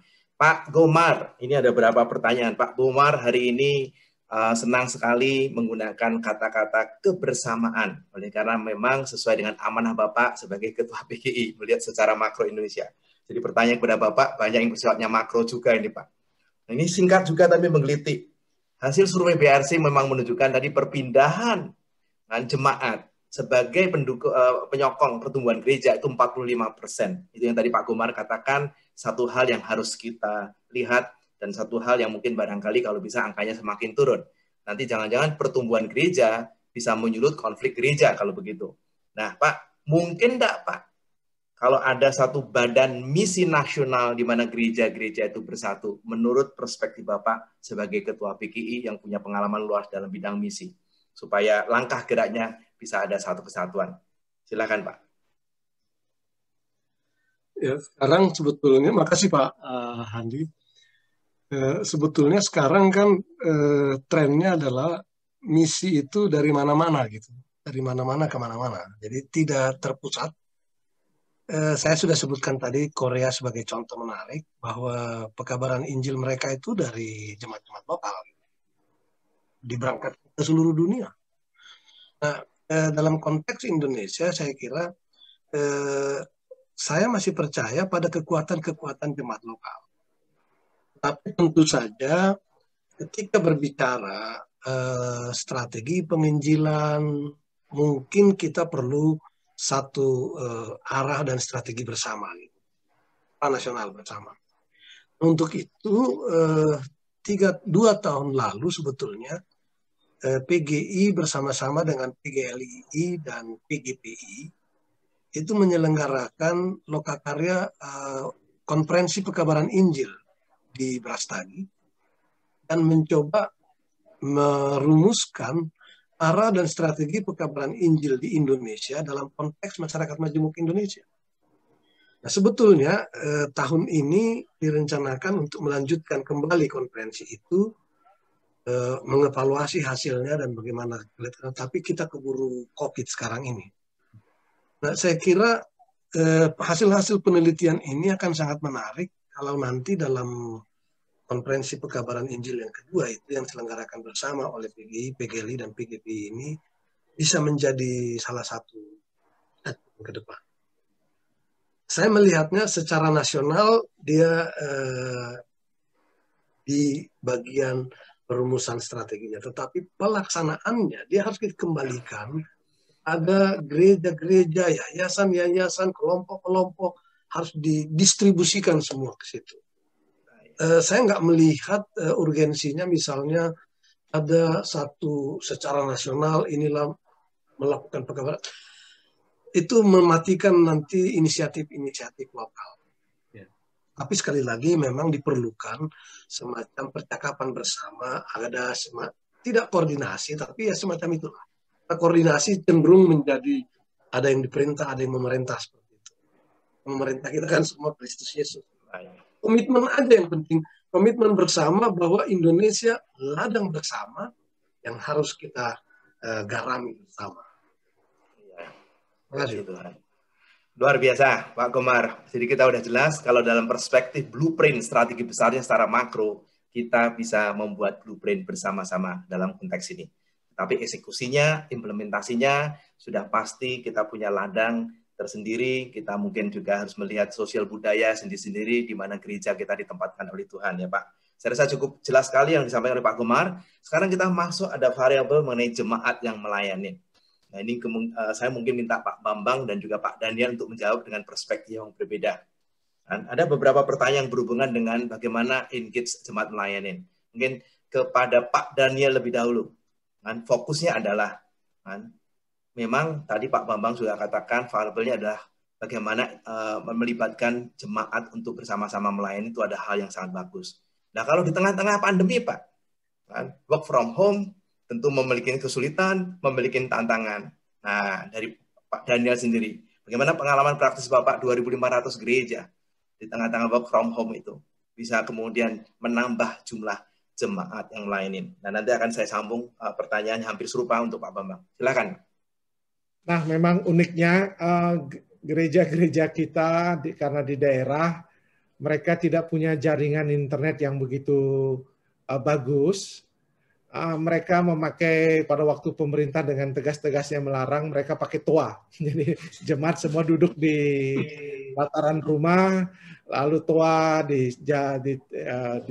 dibuatkan ibadah lalu seperti itu. Tetapi sekarang memang kita menyadari pentingnya pelayanan-pelayanan yang tetap menyentuh, walaupun kita memakai digital, tetapi memang kalau kita lihat Barna Group misalnya di risetnya memang tidak menunjukkan signifikan dalam pertumbuhan lewat pelayanan internet, tetapi yang diperlukan ternyata yang menolong ketika pengalaman gembala kami di Kalimantan Barat melakukan adalah menelpon keluarga-keluarga ini dalam konteks jemaat lokal, melakukan doa lewat telepon dan yang mungkin tidak biasa dilakukan di mereka merasa kalau belum dikunjungi belum pelayanan. Gereja-gereja yang di daerah-daerah itu seperti itu. Sekarang mereka dengan telepon, dengan ini mereka merasa juga sudah merasa perhatian. Jadi memang penting sekali tetap ada koneksi. Tetapi juga pada saat yang sama seminar-seminar pelatihan melibatkan jemaat baru disadari betapa pentingnya jemaat-jemaat itu dilibatkan melayani sebanyak mungkin sehingga mereka ada engagement ke kategorial yang ada. Jadi memang pandemi ini menyadarkan gereja bahwa begitu banyak potensi baik mulai dari anak muda, anak-anak sampai siap melayani Tuhan. Dan ini yang kita juga sadari akan hal itu. Ternyata semua tantangan yang Tuhan izinkan dengan hati yang penuh dengan kepercayaan, dan juga kita bisa melihat Tuhan yang menolong kita bisa mengubah itu menjadi satu opportunity yang luar biasa, Pak ya. Nah, Pak Bambang yang hampir serupa, kan? Pak Bambang tadi mempresentasikan menambah jumlah jemaat yang melayanin, tapi sekarang fokusnya kepada remaja pemuda, Pak. Gimana Bapak? Kira-kira ada ide-ide yang segar bagaimana bisa melibatkan remaja, pemuda untuk bersama-sama melayanin. Karena ini merupakan variabel yang penting agar gereja itu bertumbuh. Ya. Mungkin bisa mencapai 20%, 30% dari total jemaat bisa melayanin, terutama remaja pemuda. Silakan Pak Bambang. Pak Andi, terima kasih. Saya punya anak 3. Anak saya yang nomor 2 laki, waktu dulu kami tinggal di Penang. Ya waktu itu umur 10 tahun, tapi agak rebellious karena kita pindah-pindah rumah terus, agak sulit sekolahnya. Nah, saat gurunya, dia kelas 4 SD, gurunya minta dia untuk ngambil waktu 2 kali seminggu, cari buku di perpustakaan, membacakan anak TK buku itu. Terus setelah itu berlangsung seminggu 2 kali, terus dia nanya anaknya pengen buku apa, diajak milih bareng-bareng. Dalam waktu 1 semester berubah menjadi anak yang bertanggung jawab. Karena diberi kepercayaan. Ya, kita ini kadang-kadang banyak kesaksian kita sampaikan ke orang, ke jemaat kita bahwa iman kita kepada Tuhan itu menjawab semua doa ini. Kita percaya pada Tuhan itu kan biasa, dia Tuhan Maha Besar. Tapi kalau Tuhan percaya pada kita itu ajaib. Orang model begini kok dipercayai Tuhan. Sering gagal, sering salah, kok Tuhan masih percaya. Tapi kita anggap itu grace, anugerah. Tapi kita seringkali tidak menjadi good steward of trust. Kita senang terima kepercayaan Tuhan, tapi kita tidak gampang mempercayai orang lain, apalagi anak muda. Nanti kalau salah gimana? Nanti kalau begini bagaimana? Kalau begitu bagaimana? Yang dibutuhkan anak muda justru trust, empowerment. Jadi jadi kalau saya mau terapkan hari ini, tidak usah harus bertatap muka. Teman-teman saya yang muda di Unleash diminta untuk peduli dengan salah satu temannya, 1 atau 2 atau 3. Mendoakan mereka, menanyakan kabarnya hari ini gimana, perlu bantuan bikin PR apa tidak, dan segala macam. Begitu dia dapat kepercayaan dari orang yang dia kagumi, atau ayahnya, atau pendetanya, atau gurunya, memberi kepercayaan dia untuk merawat rohaninya orang lain, jiwanya orang lain, dia langsung berubah. Jadi saya katakan tadi, anak muda selalu butuh camaraderie, community, bisa virtual. Anak muda butuh idealisme. Kalau kita tidak punya visi untuk menolong mereka mengimajinasikan yang besar, sulit. Kalau kita cuma monoton dan kemudian hanya survive, sulit untuk engage mereka. Yang ketiga, tentu kita harus berani, kita semua pernah salah. Ya, waktu muda pun salah, sekarang pun salah. Jadi kenapa tidak kita izinkan yang muda-muda juga belajar dari kesalahan mereka. Sambil terus dipantau, sambil terus di-coach, di-mentoring, tapi kepercayaan dan belonging itu juga penting. Ya, anak remaja, pemuda butuh belonging. Kalau mereka tidak punya belonging, makanya di gereja-gereja yang besar, yang lebih dari 500, lebih dari 200, korelasi keterlibatan dalam pelayanan kecil. Karena keterlibatan mereka tidak menimbulkan rasa belonging dan identitas yang sehat. Di gereja yang kecil juga tidak terlalu berarti korelasinya. Karena apa? Karena ini tidak memberikan identitas yang membanggakan dia. Di gereja yang sedang, 51 sampai 100 orang kira-kira, mereka akan kelihatan, identitasnya kelihatan, belongingnya kelihatan. Jadi itu sebabnya untuk anak remaja dan pemuda, seringkali dulu saya di Compassion cukup lama 16 tahun, banyak anak-anak yang meninggalkan program di usia 12-13 tahun. Mungkin 10% di situ. Waktu saya kunjungi gereja-gereja mitra Compassion, ternyata mereka cara bikin programnya seperti kalau mereka ngajar anak-anak umur 7-8 tahun. Suruh dengarkan, duduk selama 1,5 jam, dengarkan cerita gurunya. Ya pada keluar semua. Karena anak remaja, pemuda, otaknya berkembang kalau mereka action. Learning by action, not learning by memorizing. Pada saat kita SD, ya kita belajar memorizing. Tapi pada saat kita SMP, SMA, action. Jadi pemuritan sekarang, keterlibatan mereka harus pemuritan yang action, bukan sekedar program, kurikulum, tapi doing something for other people. Ya, doing something for the community. Di tempat kita di Unleash, anak-anak muda misalnya, bersihkan sampah di pantai di Pulau K atau apa, doing something that make the world a better place, itu akan mendorong mereka untuk terlibat lebih jauh. Baik, terima kasih Pak Bambang, saya rasa melengkapi. Empati dengan dunia mereka itu digital, tantang mereka dengan pemikiran besar yang imajinatif. Dan yang tadi terakhir juga menarik, tentunya adalah kita melihat perspektif bahwa mereka itu learning by doing gitu ya, jangan terlalu banyak teori sama anak-anak Gen Z ini ya. Mereka memang learning by doing, sudah bukan learning by watching atau learning by listening lagi. Pak Gomar, kembali kepada Pak Gomar. Tapi saya akan berikan 2 pertanyaan pendek yang mungkin bisa digabungkan, Pak Gomar.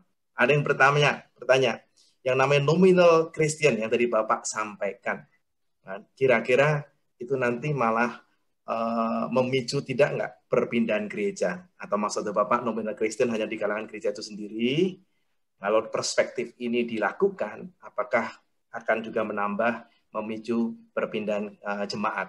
Kemudian yang kedua adalah, Pak, STT yang banyak ini kan di Indonesia ada kira-kira 350 STT ya, sebagian hidup segan mati tak mau ya. Tapi kan masing-masing memiliki aliran tersendiri. Memang sangat ideal kebersamaan oikumenal. Gimana Pak kira-kira melahirkan lulusan STT yang sifatnya oikomenal? 2 pertanyaan singkat ini mungkin bisa dijawab bersama-sama. Silakan Pak Komar. Nah ini pertanyaan yang sulit ini. Ya, saya kira perpindahan warga itu harus dilihat sebagai sesuatu yang sangat normal ya. Dalam artian umat ini kan sama seperti domba akan mencari rumput yang hijau. Di mana rumput yang lebih hijau, domba akan ke sana. Dan domba itu milik Tuhan, bukan milik gereja. Oleh karenanya istilah curi domba itu bagi saya sangat nggak teologis gitu. Bisa dipertanggungjawabkan. Mestinya warga berpindah karena di sana pertumbuhan imannya lebih. Oleh karenanya perpindahan warga itu harusnya dilihat sebagai infeksi buat gereja yang umatnya berpindah. Nah tentu saja kalau spirit itu ada, tidak akan menimbulkan pertentangan atau konflik antar gereja. Tetapi ini menjadi penting bagaimana gereja-gereja belajar dari gereja yang lain. Nah, cuman gereja-gereja kita ini kan, saya pengalaman di PGI misalnya, karena di PGI itu menarik, Pak Andi. Di PGI itu yang evangelikal ada, yang pentakostal ada, yang ekumenikal ada, semua ada. Kecenderungannya memang, walaupun sudah ada dalam satu payung ekumene, masih juga merasa gereja kami yang paling benar. sehingga nggak mau belajar dari gereja yang lain. Mau belajar hanya kalau satu denominasi. Nah, ini yang harus ditanggalkan sekarang, supaya semua saling belajar antar denominasi. Dengan demikian saya kira umat akan bertumbuh hingga pada akhirnya itu memaksa gereja-gereja seperti kata Pak Bambang tadi untuk keluar gitu. Sehingga pemuridan itu tidak lagi hanya dalam kolam gereja gitu. Keluar. Saya kira hanya dengan kerjasama seperti itu, saling belajar, kemauan untuk saling belajar, ini yang bisa membuat pemuridan itu juga lain internal. Hal yang sama juga terjadi dengan STT-STT kita, Pak. Penduduk Amerika itu lebih besar dari Indonesia, umat Kristen di sana lebih banyak dari di Indonesia.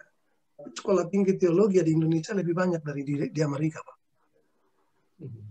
Tapi jujur aja, Pak Daniel Ronda ini pasti tahu lah. Banyak ini STT kita ini abal-abal kok. Abal-abal, nggak memenuhi syarat untuk menjadi sebuah STT. Untuk sebuah perguruan tinggi maksud saya. Tapi itulah di negara kita ini kan sekarang STT perguruan tinggi ini masuk dalam beberapa akreditasinya oleh Kementerian Agama, ada oleh PT, oleh Mendik. Nah, saya tidak usah katakan kementerian yang mana yang membuat akreditasi itu kadang-kadang juga asal-asalan. Ini yang harus kita.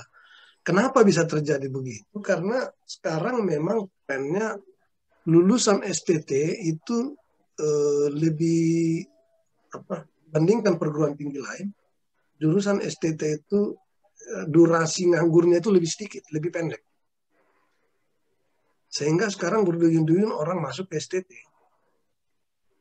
Sangat berduyun-duyun masuk ke STT. Maka STT jangan selalu lihat itu sebuah, mendirikan STT belum tentu karena panggilan. Itu lebih juga komoditi bisnis juga. Saya menyaksikan sendiri. Banyak STT kita juga komoditi bisnis. Dan terlalu gampang membuat STT. Dan ada juga STT yang akhirnya melahirkan gereja. Mestinya gereja yang melahirkan STT, tapi akhirnya sekarang ini STT melahirkan gereja. Itu gejala-gejala yang ada di kita. Nah, ini perlu siapa yang bisa menata ini semua? Ya kita sendiri. Baik. Yang paling baik mestinya adalah beberapa gereja bergabung mendirikan STT. Itu yang terjadi dengan Kate Wacana, Duta Wacana, Jeffrey saya kira juga begitu. Beberapa gereja bergabung mendirikan STT. STT Jakarta juga 16 gereja mendirikan. Jadi itu lebih mudah untuk kebersamaan kita ke depan. Terima kasih. Terima kasih Pak Kumar. Paling tidak memberikan jawaban juga untuk webinar kita semalam ya. Kenapa lulusan STT S1 terutama dibandingkan dengan mereka yang SMA, kan, waktu memimpin gereja, rupanya yang SMA memiliki peluang sedikit lebih baik daripada lulusan STT. Karena terlalu banyaknya STT yang abal-abal, STT yang abu-abu. Mudah-mudahan Tuhan merubah dari abal-abal menjadi api-api, Pak ya. Orang Jawa bilang api-api. Bapak-Ibu sekalian, saya rasa waktu yang memisahkan kita, maka saya mau minta kalau dikasih waktu 10 detik untuk memberikan summary of summary. Kira-kira Pak Daniel Ronda ingin mengatakan dalam 2-3 kalimat apa yang mau disampaikan, Pak?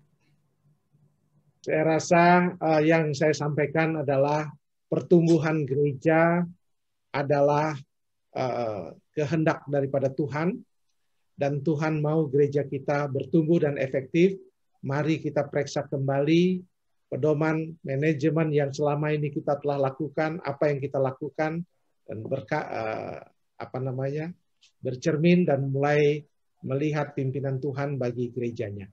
Amin. Baik, Pak Bambang. Oke, terima kasih Pak Andi. Saya ada 3 good news dulu, supaya orang pulangnya dengan hati berbunga-bunga. Good news nomor 1, bahwa masih ada 60% lebih gereja di Indonesia yang bertumbuh. Nah, memang nanti ada PR-nya bertumbuhnya bagaimana, tapi paling tidak ini lebih bagus daripada yang di Amerika 40%, kita 60%. Good news nomor 1. Good news nomor 2, penelitian ini mengkonfirmasi buku yang pertama, bahwa makin banyak anak-anak yang bertobat atau mengikut Tuhan Yesus di masa dininya dibandingkan dewasa dan remaja. anak-anak jauh lebih banyak. Dan kita bersyukur di masa bonus demografis, masa depan bangsa, kita punya modal. Kalau tidak diisi dengan pemuritan, ya sayang. Tapi paling tidak pertumbuhan anak jauh lebih tinggi daripada dewasa dan remaja. Yang ketiga, good news-nya adalah, walaupun remaja dan pemuda kita ini paling sedikit gereja yang bertumbuh, tetapi kita sudah menemukan kuncinya. Kalau mereka terlibat di dalam pelayanan dan jumlah jemaatnya tidak terlalu besar, 4 di antara 5 atau kansnya untuk bertumbuh besar sekali. 3 harapan saya sebagai PRC, sebagai orang PRC. 1, saya ingin supaya lewat seminar-seminar ini ada kultur baru, kultur measuring, kultur mengandalkan data.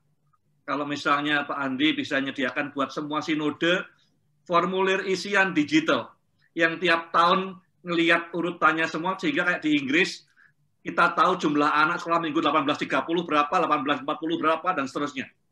Ini akan menolong gereja untuk bersandar pada data dalam mengambil keputusan dan strategi. Nomor 2, culture gereja sehat.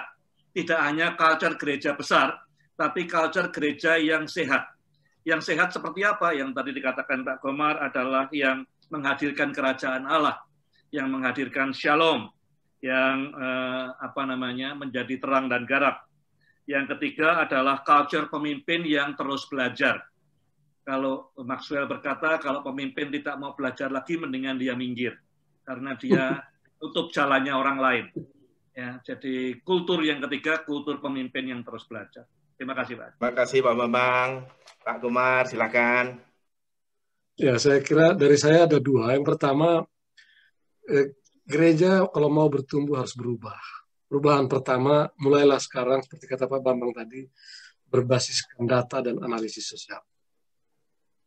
Dan yang kedua, berubahlah dari selama ini kita berjalan sendiri-sendiri untuk berjalan bersama. Berjalan bersama itu artinya juga saling belajar. Dikotomi evangelikal, pentakostal, ekumenikal itu dengan relevan sekarang. Kita bisa belajar dari siapa saja dan bertumbuh bersama. Hanya dengan demikian kita bisa bertumbuh. Terima kasih. Luar biasa. Ini trik saya supaya kesimpulannya jangan panjang-panjang. Setiap pembicara sudah memberikan kesimpulannya. Kalau boleh, mari kita berikan kepada setiap pembicara adalah 2 emolitik ya, tepuk tangan dan juga yang 1 jempol. Jadi perkenankan saya 2 menit memberikan kesimpulan. Jadi Pak Bambang memberikan good news sekitar 58% atau tadi 60% ternyata bertumbuh dan anak-anak cukup baik, tapi warningnya adalah yang sehat cuman sekitar 20%. Sekali lagi Pak Bambang fokuskan, stressingkan proses pemuritan, keterlibatan jemaat yang melayani, dana PI, investasi anak, remaja, dan kemudian juga yang berhubungan dengan perintisan jemaat ya. Dan kemudian juga ternyata gereja yang sedang, yaitu jemaatnya 50-200, most likely memiliki peluang bertumbuh yang lebih baik. Pak Gomar mengatakan memang bertumbuh tapi 45%. Walaupun kita bersyukur dari hasil sensus tahun 2000 ke 2010, Kristen sudah naik dari 5,9% menjadi 7%. Itu kenaikan yang luar biasa. Kita bertumbuh selama 10 tahun itu 39% dari 2000 sampai 2010. Saya pribadi juga sangat gentar untuk menunggu hasil sensus di tahun 2020. Dan kalau hasil BRC ini confirm, di tahun 2020 hasil sensus, market share kita akan naik dan pertumbuhan kita pasti akan naik. Dan kelihatannya Tuhan mengizinkan pertumbuhan. Makanya warna hijau, ingat, ladang Tuhan yang subur, Bapak-Ibu sekalian, di tengah-tengah negara Muslim yang tercinta ini, Bapak sekalian. Ya, jadi ingat pertumbuhan gereja. Pak Gomar mengatakan banyak variabelnya adalah internal. Internal pun ternyata belum optimal. Oleh karena itu, pikirkan juga pertumbuhan gereja dalam konteks yang bersifat eksternal, kebersamaan gereja. Kemudian bersama-sama, terutama dalam konteks juga pelayanan holistik, melibatkan gereja itu sosial. Jadi salah satu keywordnya adalah care and sharing. Itu akan membuat strategi internal juga berjalan lebih baik. Gereja di tengah dunia, dan tadi pertumbuhan kebersamaan, solidaritas, keterlibatan sosial gereja yang digarisbawahi oleh Pak Pendeta Gomar Gultom. Pak Daniel langsung mengatakan sebagai praktisi manajemen gereja yang profesional, yang tidak berbirokratis. Jangan lupa gerakan kaum awam harus terus-menerus kita juga dukung, karena mereka lah juga sumber pertumbuhan gereja. Kemudian pemimpin gereja yang meletakkan juga semangat salah satu keywordnya yang menarik adalah engagement. Jadi sudah pasti pertumbuhan gereja kalau kita bisa engage people, karena gereja adalah persekutuan orang-orang yang percaya. Jadi bukan gedung fisiknya, apalagi ditambah dengan katanya membangun dengan gaya Eropa. Kenapa yang sudah terbukti menurun kok dicontek di Indonesia gitu ya. Jadi lebih baik kita melihat kenyataan seperti ini. Mudah-mudahan seluruh BRC ini hanya sedikit yang kita beberkan, hanya sedikit yang dipresentasikan, hanya sedikit yang didalami. Nah, begitu banyak pendalaman. Tapi kira-kira memicu semangat kita, kemudian juga mengunggah panggilan kita. Mari bersama-sama kita menumbuhkan gereja Tuhan tercinta di Indonesia ini, hingga membawa banyak jiwa-jiwa untuk mengenal Tuhan Yesus. Dan kemudian kita menjadi bagian daripada amanat agung yang sudah Tuhan perintahkan kepada kita semua. Kiranya menjadi berkat. Sekali lagi, mari kita berikan aplaus. Sekarang jangan pakai emotik, tapi betul-betul pakai tangan. Aplaus kepada 3 pembicara.